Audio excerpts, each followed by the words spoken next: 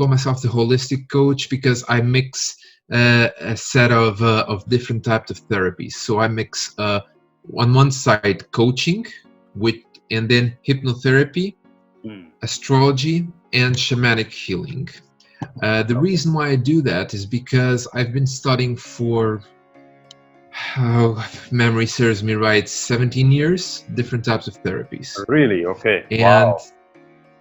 in my background's a bit more on the corporate side. I always worked in the normal 9-to-5 jobs because one has to pay the bills, but my passion always lied in therapies. And last year, this when I decided to effectively going for it full on. Of course, I have been doing sessions on and off on an ad hoc basis, but I decided to pick up all the different skills that I have to be able to mix them to help the person, because it's not what I do, is that what does the person need from me, and from personal experience and from the knowledge that I have acquired. I've came to realize that it's much better to have a treatment where you can actually pick and choose whatever the person needs. So as an astrologer, it will help me to understand a bit what's the background of the person, what's the current situation, what is their setup. Lots of times I can talk about family setup, where are they going to. So it gives me a bit of a, okay, I'm going to use a bit of corporate here, a bit of a SWOT analysis. Yeah, SWOT analysis. Right? It allows me to see what's the background of the person, and can allow me to pinpoint certain things that the person might or might not be aware. Yeah. So that's how I use astrology. And then this is just as a terms of analysis. Then with hypnotherapy and coaching, I can pretty much try to understand, okay, what type of fears do you have? And understanding what type of fears do you have, hypnotherapy allows it to go to a deeper level, a level that normally our conscious mind try to protect us. Right. Sometimes I do have I have clients with specific types of fears, but the mind, if you think about a pyramid, right? Yes. At the top parts, which is our 5%. Yes. Everything is conscious, but there's 95. Okay, the percentages might not be exactly the same, but between 5 and 10%, 1995. So these are learned behaviors that we have throughout all of our time. Just like when when you're driving a car, you don't think that you're putting the gear, you don't think about turning, you just do it automatically. Yes. So same thing with the fear, for example. If you have a fear of, let's say, clowns, it just happens. It's just there. You have learned, and sometimes I go to the past to try to understand, okay, and bring that awareness above. And bring that awareness, and also try to understand what parts of you do you not that they do not talk with each other. And by understanding that, hypnotherapy gives it is a good way to actually discover things and bring them to awareness. And with coaching, I can pretty much guide them and to do the things that we need to integrate, like your daily work, your discipline, because it's not you go to a therapist and that's it, done and dusted. No, there's work that needs to be done. Right. And the shamanic practices is it works on the energy level, but that currently has been a bit harder with COVID going on, because that I need to do it in person. Okay.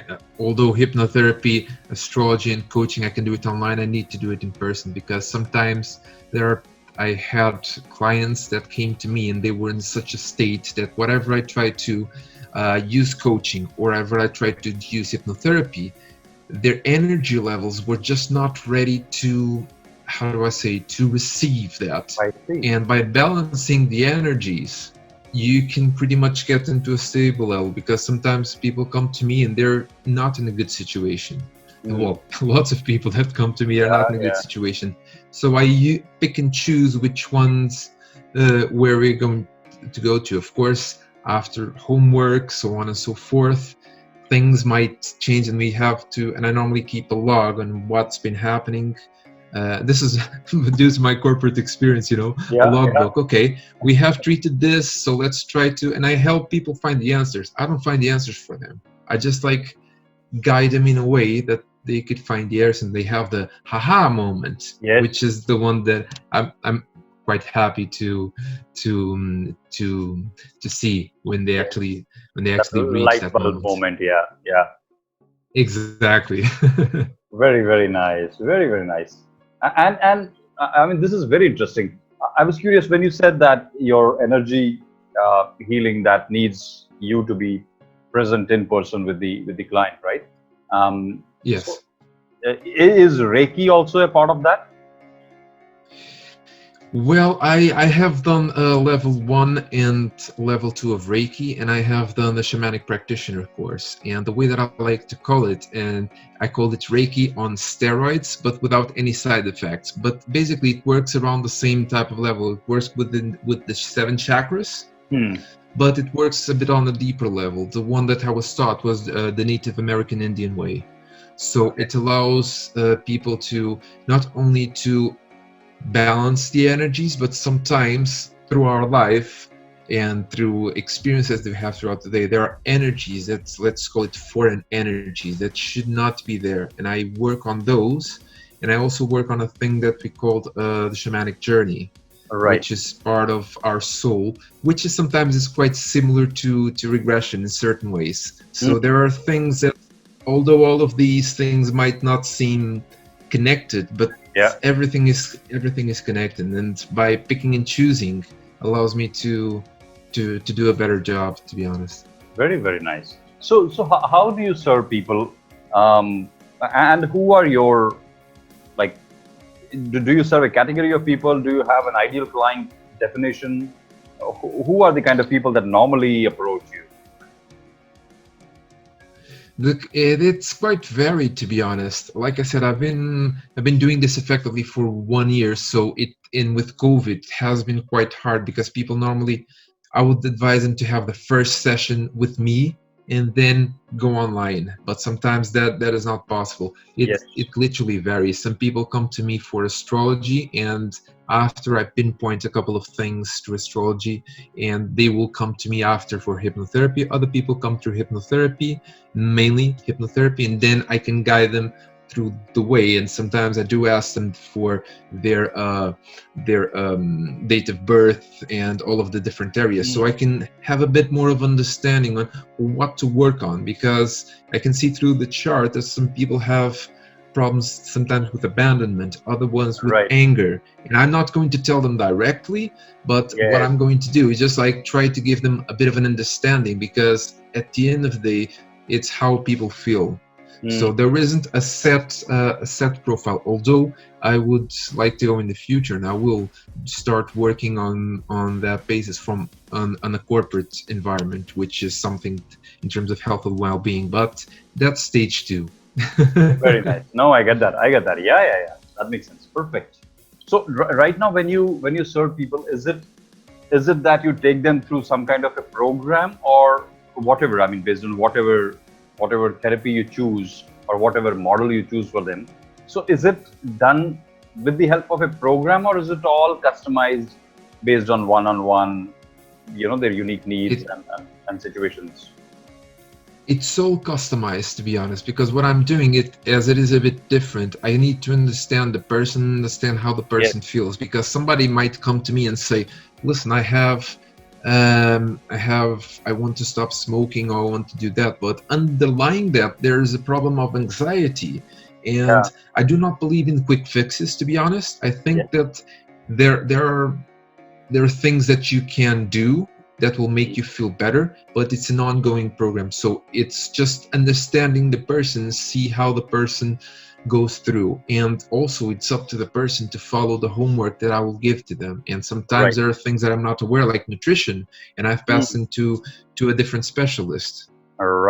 It's almost like, come to me and I will be able to guide you through, and if there's anything that I don't know, I can guide you to somebody else. But having those tools allows me to pick and choose, and it literally depends, because let's be honest, our mood, if you think that our mood changes, I don't know how many times during the day and throughout the week, so it literally depends on what the person is needing at the time, and then follow it from there. it was interesting when I studied hypnotherapy that sometimes there's this approach as saying, okay, within 3 sessions you can solve anxiety, and I just like, we're not talking about machines. We're not talking about a computer where you're going to install a software and we're going to click. No, we're talking about people. So it literally depends.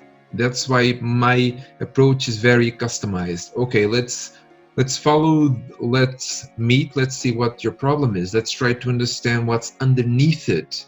Yeah. And then follow through but sometimes it can be tricky because people, I'm feeling a bit better, but sometimes you have to follow through with an ongoing basis, because we all need, to be honest, right now the world needs therapy. Absolutely, the world needs therapy. Yeah. Absolutely, the world needs therapy. Very, very nice. This is very good. And you do serve global clients, right? And because it is everything online. So do you serve people from outside of UK? Yeah.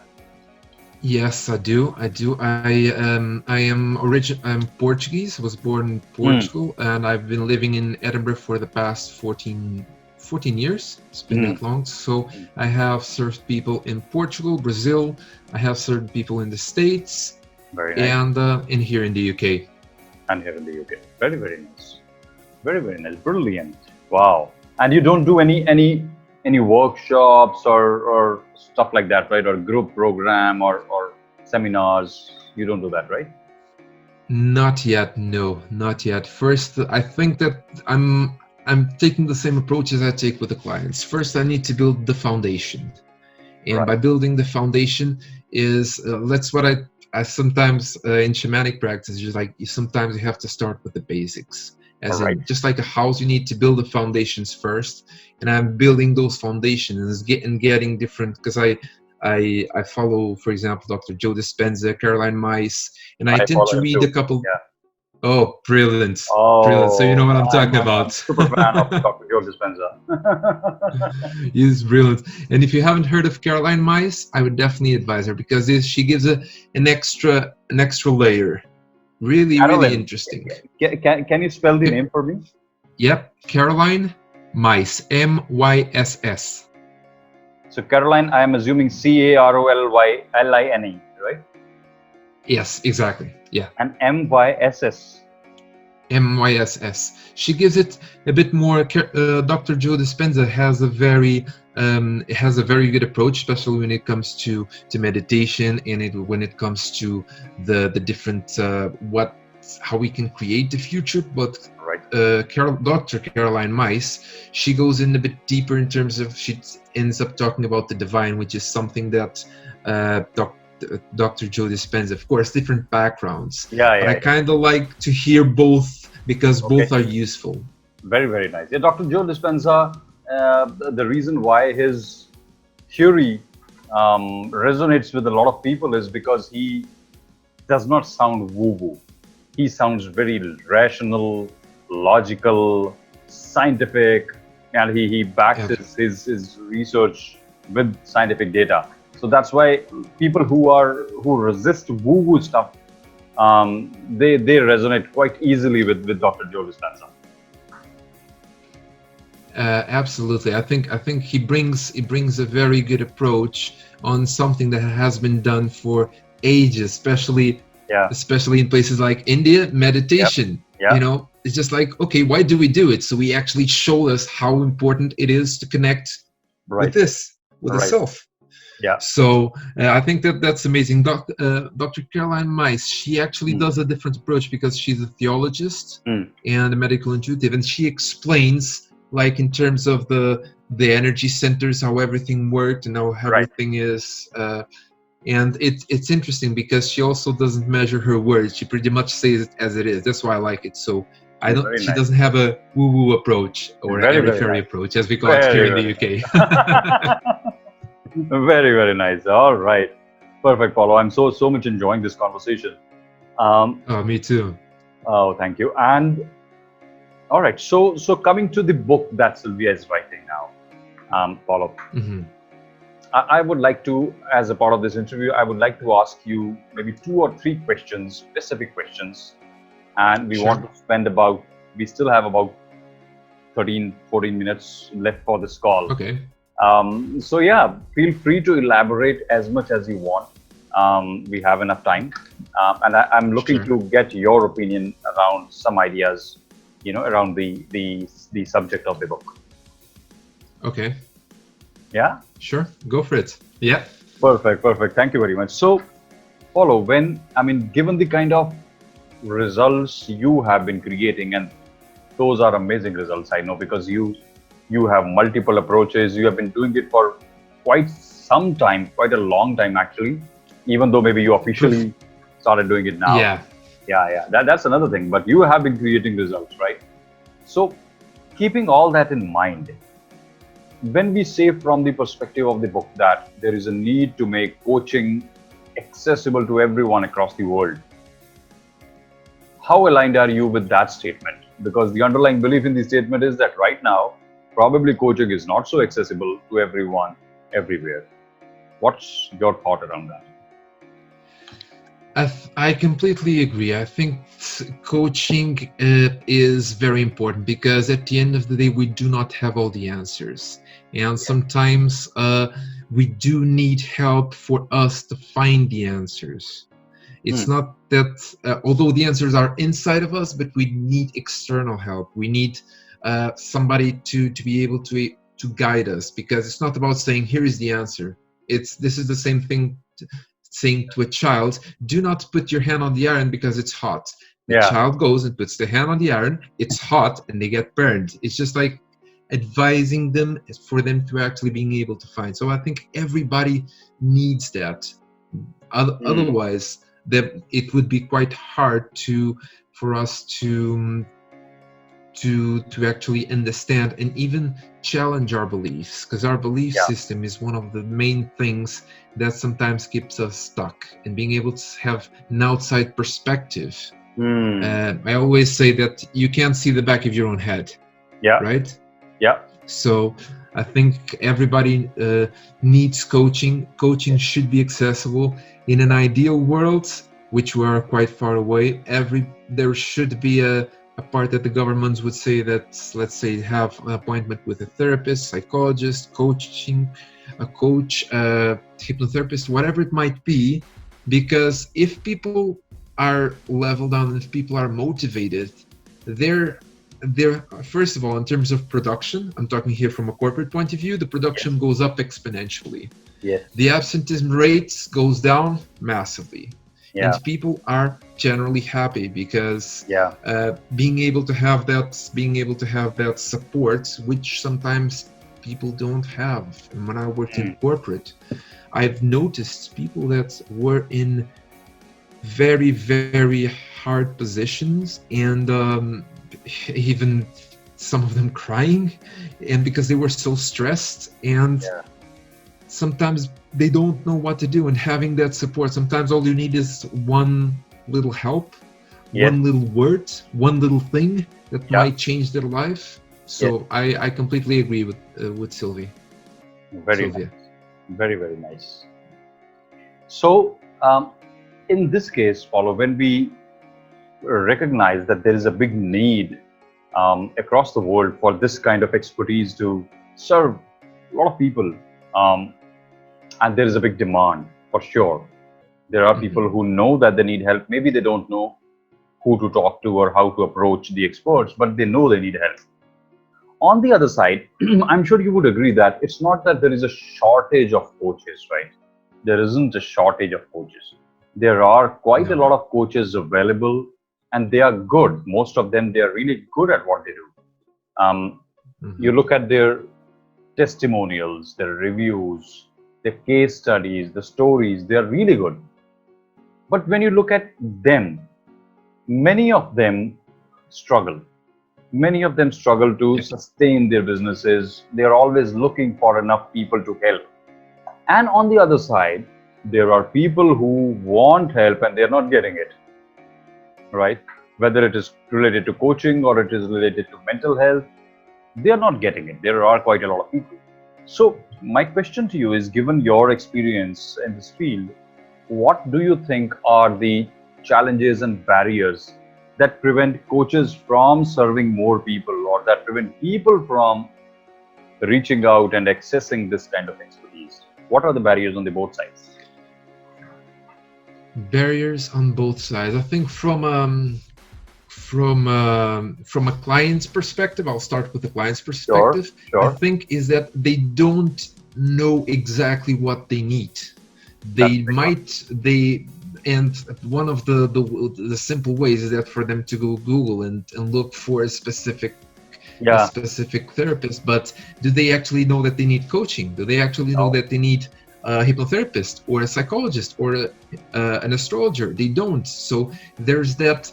Some people need to be aware of what is out there, and people need to be guided. And I think in an ideal world, once again, I think that this should be actually included in education.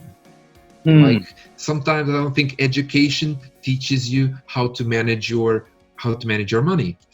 The education doesn't teach you how to act within certain levels. Of course, it teaches lots of things, but I think it's something that people should understand. Okay, if I feel like this, because the majority of the clients that I have are word of mouth. And I have my website. I'm on Google Maps and all of that. Saying that, the challenges that we have as coaches is that we are one professional that actually tries to do the best they can with either their website, social media, or even try to go to websites like different websites. People are looking for this or that, and people try to sell you advertising. The question here is that it's almost like there is from Sun Tzu, The Art of War, the divide and conquer. And it's the other way around, as in, because we are all so split up that sometimes it's quite hard, because everybody has to think about their own needs, and everybody has to think about their own ways to make money. And if there was, I know that there are some directories that people can find, but if there was more unified approach, it would be easier, because we try to do the best that we can. And so we're talking probably in terms of advertising, marketing, and that can be an issue. Although I did work, and that's why I know a bit of what I'm talking about, but you're not buying a new umbrella, you're not buying a new mug. You're buying a service that is about yourself. It's something very, very, very personal. And therefore word of absolutely. And that's why word of mouth tends to be one of the things that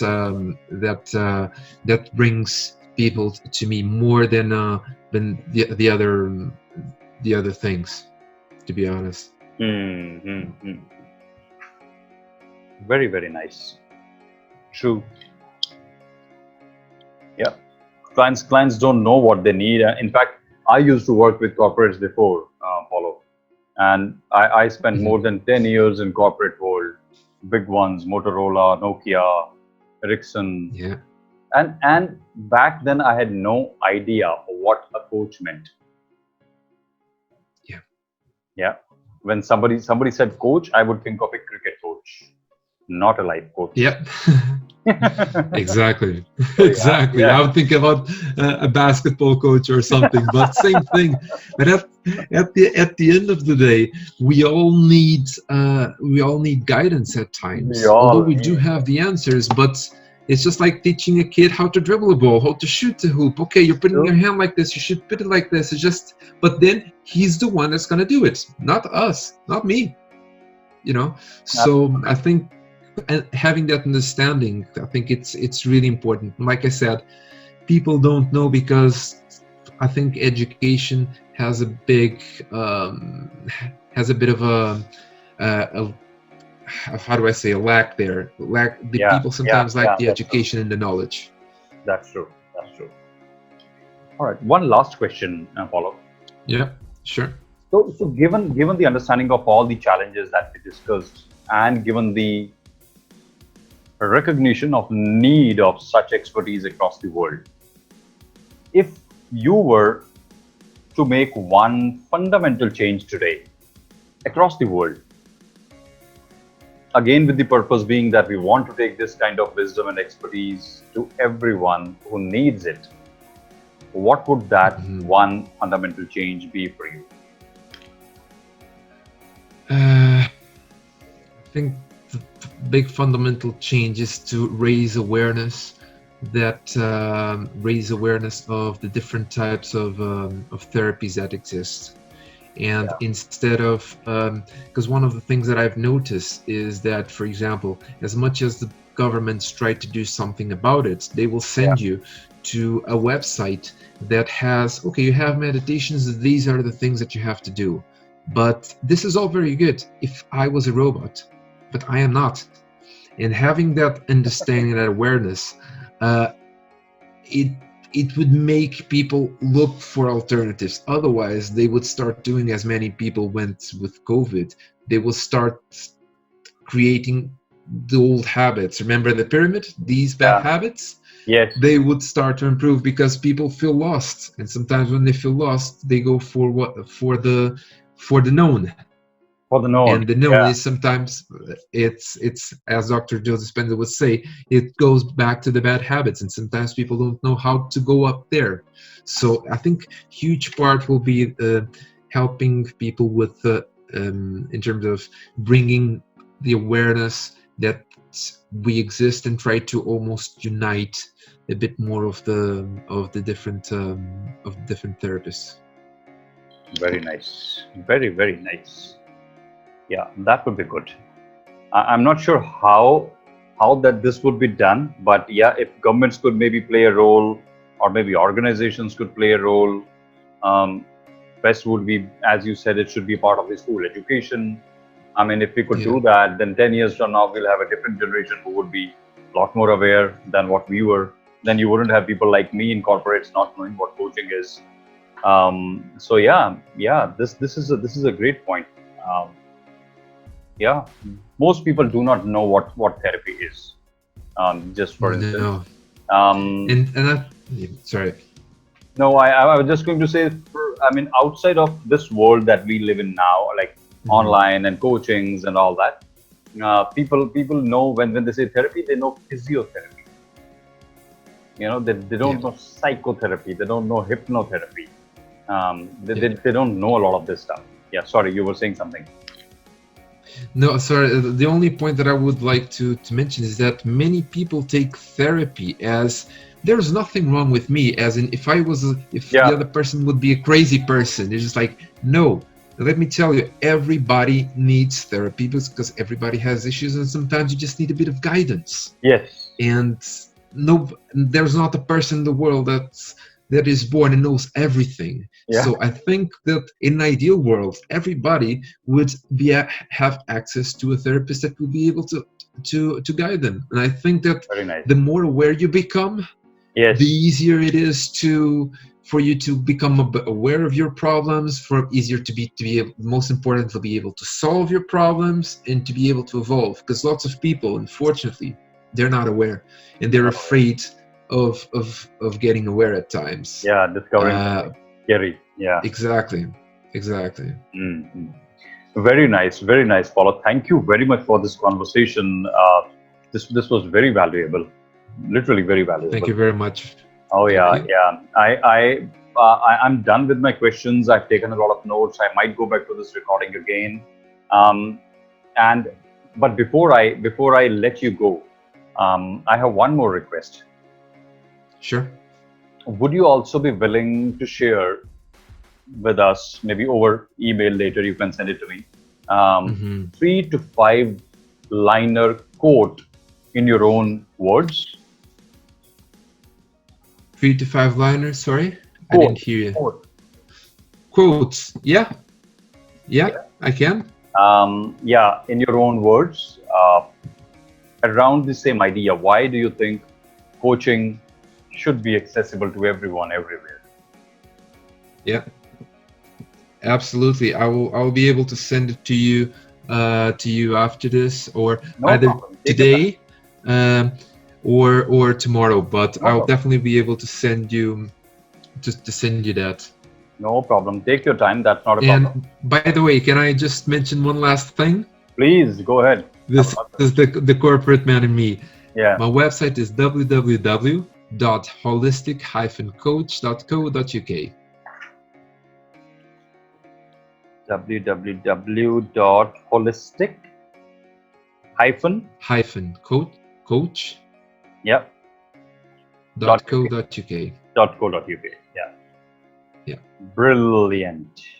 I'll make sure I go and visit your website. Brilliant. Balvinder, it was a pleasure. Thank you very much. Oh, if you need, I will send you some quotes.